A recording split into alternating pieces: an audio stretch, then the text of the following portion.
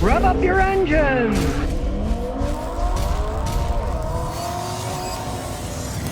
This one I can't believe. The New York City Housing Authority, NYCHA, now says that their repair bill is more than they thought for the housing. That it's now $78 billion they need to fix the housing, the public housing, right? Now that's almost double the $45 billion they said they needed in 2017. And here's the thing that just breaks me up. Shows you how corrupt things are in New York. They do a little over 160,000 apartments, okay? So do the math. $78 billion covering 160,000 apartments. That's $487,500 in repairs for each apartment. Now, to me, you could build apartments from scratch cheaper than that, right?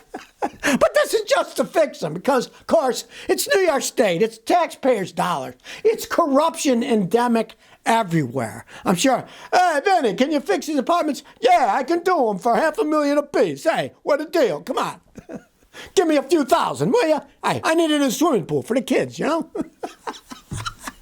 I couldn't believe it when I saw these figures, right? $487,500 per apartment to fix them.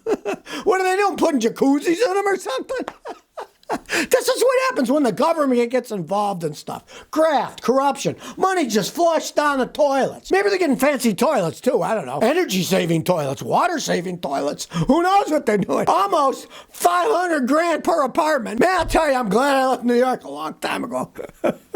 GM had to recall a whole bunch of vehicles because the airbags might blow up and throw shrapnel and rip their faces apart. General Motors had to recall 42,000 vehicles in Canada for his exploding shrapnel airbag. Now, the problem is, they're not able to fix them. Listen to this. General Motors said engineers are working on the problem. And this Canadian man was told, I was told on the phone by GM I could rent a car until the parts are available, but it would be at my own expense. They wouldn't pay for it. They got exploding airbags that may rip your head apart, but they won't give you a rental car while you're waiting. They say you can rent a car, but you got to pay for it, yeah? And they have no idea when they're going to get the parts to fix the stupid things. So it's just as bad in Canada as the United States. These corporations, they're scumbags, you know? We can rent a car if you want. You bought our car. Yeah, we know they're pieces of crap. So just rent a car instead. You know what I say? Hey, next time, Canadians, buy Toyotas and Hondas instead. And get even with GM. They treat you like that, don't buy their vehicles. So I tell people, a lot of people are all depressed and they say, the corporations control everything. What can a poor little me do? Well, you know what you can do? Not buy their products. Corporations are in existence for one reason, to make a profit. If nobody buys their products, they go down the toilet, right? So don't buy their stinking product. They treat people like this when you buy them. Learn your lesson. Like they say, fool me once, shame on you. Fool me twice, shame on me. So don't get shamed the second time. They screwed you over once. Don't do it again. Don't buy their products. And guess what will happen? If nobody buys their products, they go out of business. Somebody else can take place. We're supposed to be in a competitive society, right? And even up in Canada, they're screwing the people over. Well, we don't know when we can fix them, but you can rent a car if you don't feel safe. And our car, the new car you bought from us, oh, heck, rent another car. But we're not paying for it. When can I get it fixed? I don't know. We're working on it.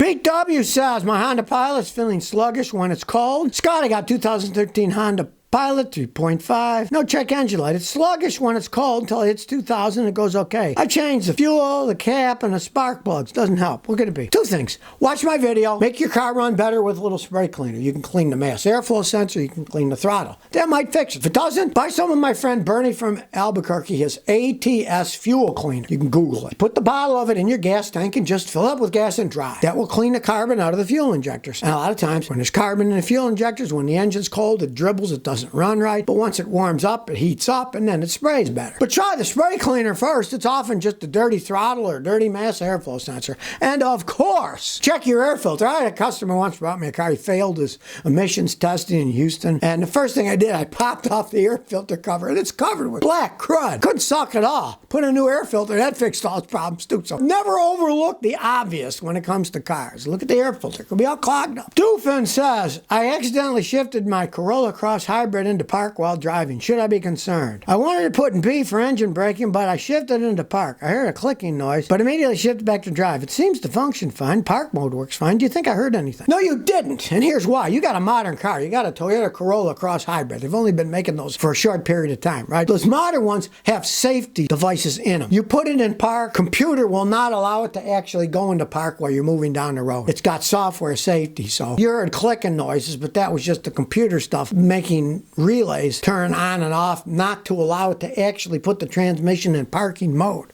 So even though you had it in park, it wasn't actually in parking mode. They have safety devices. Now, say that would have been a 99 Toyota Corolla, you probably would have destroyed the transmission because they didn't have any safety. You get it in park, it would have, pieces would have broken inside, the parking prowl would have ripped off inside the transmission. But you got a modern one, and they're safely designed so that they don't do that. The computer will now allow it to go into park. So, no, don't do it again. It's not a smart thing to try anyways, but it's got safety devices now. Maybe later when it gets older, the safety device won't work anymore, and it will go into park, but they're pretty new now. Your device worked, and it wouldn't have done any damage. John Sullivan says, what website do you recommend to order struts? I got a 2011 Mazda Tribute, need struts. I want to make sure I get good struts on a budget. Okay, here's the problem. Budget and good often do not go together. When you're going online, you have no idea what they're going to send to you. If you want it to ride, I'd say get KYB struts and hope that the person online actually sends you KYB struts and they're not fake ones. It's a Japanese company. They make good struts. They're not cheap, but they're not super expensive either. You start going into the crappers like Monroe. Those companies have been bought out many times by other companies. They make garbage products. I will never use a Monroe shock absorber again.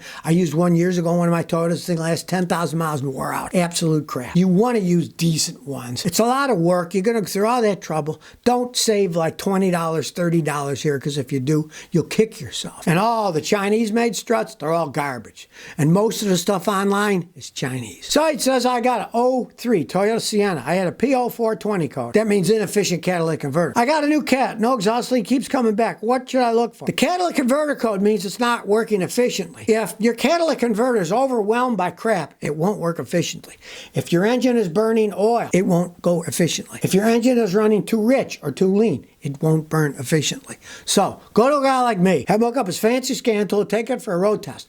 Then we get data that's recorded and we can analyze it all. Thousands of lines of data. But luckily for me, it's color-coded. So the first thing you do is you look through them all. When you see red, you know, okay, that's the first data I'm looking at. Red is bad data. And you might find out that the MAF sensor's bad or a fuel injector's leaking. And that overwhelms the catalytic converter and it will trip the code on. It gets complicated now, you know. Plus, I hope you bought an OEM cat, because if you went and bought an aftermarket catalytic converter, a lot of time they will not mesh with the Toyota software, and even though it's on there and it's new, it'll still trip the stupid code because they were too cheap and they don't work right with the original software. Rick Rivers says, scan tool. Will a top-of-the-line tool tell you exactly what the problem is or just a general area? Scan tools, depending on what you pay, can do all kinds of things. First, you got to understand trouble code you get, like P0320, right? That is a generic code. It can have many possible reasons.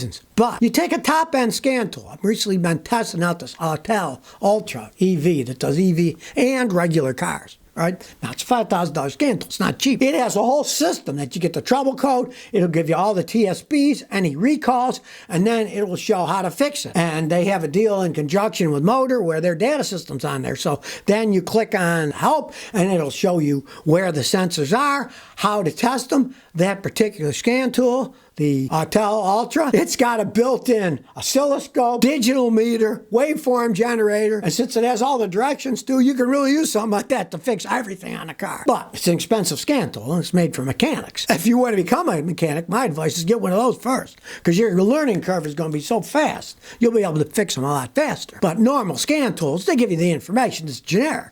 And some of them will give you some information, but they don't give you schematics and stuff like this one does. It's insane, some of the technology that's out there these days. Well, Mackinac Island is a tourist island, and they just impounded more than 50 e-bikes in just 3 weeks. And you might say, why are they impounding the electric bikes? Well, Mackinac Island doesn't allow motorized vehicles. You gotta ride on horses and wagons and stuff. It's a tourist island. I was there when I was a kid, right? Turns out that this island does not allow Class 2 or Class 3 electric bikes. You can only have bikes that pedal and have pedal assist, that don't have an actual throttle. So anytime they see somebody driving an electric bike and have a throttle and it makes it go, they can impound it by law, because that is not allowed on an island. They want to keep things going slow. It's a tourist island, right? And these people are coming with electric bikes that go too fast. Now, most places, they don't really patrol it.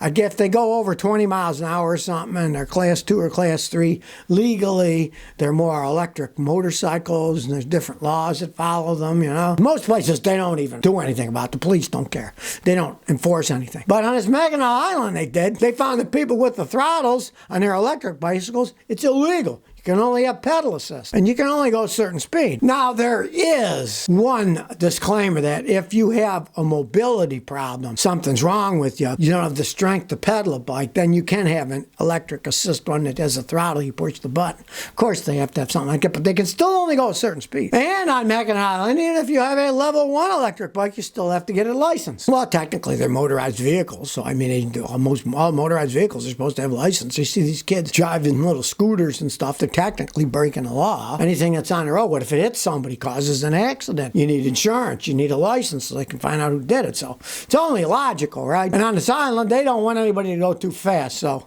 if you're going there and you got an e-bike with a throttle, my advice is leave it in the trunk. Don't bring it out, or you may have it taken away from you. So if you never want to miss another one of my new car repair videos, remember to ring that bell.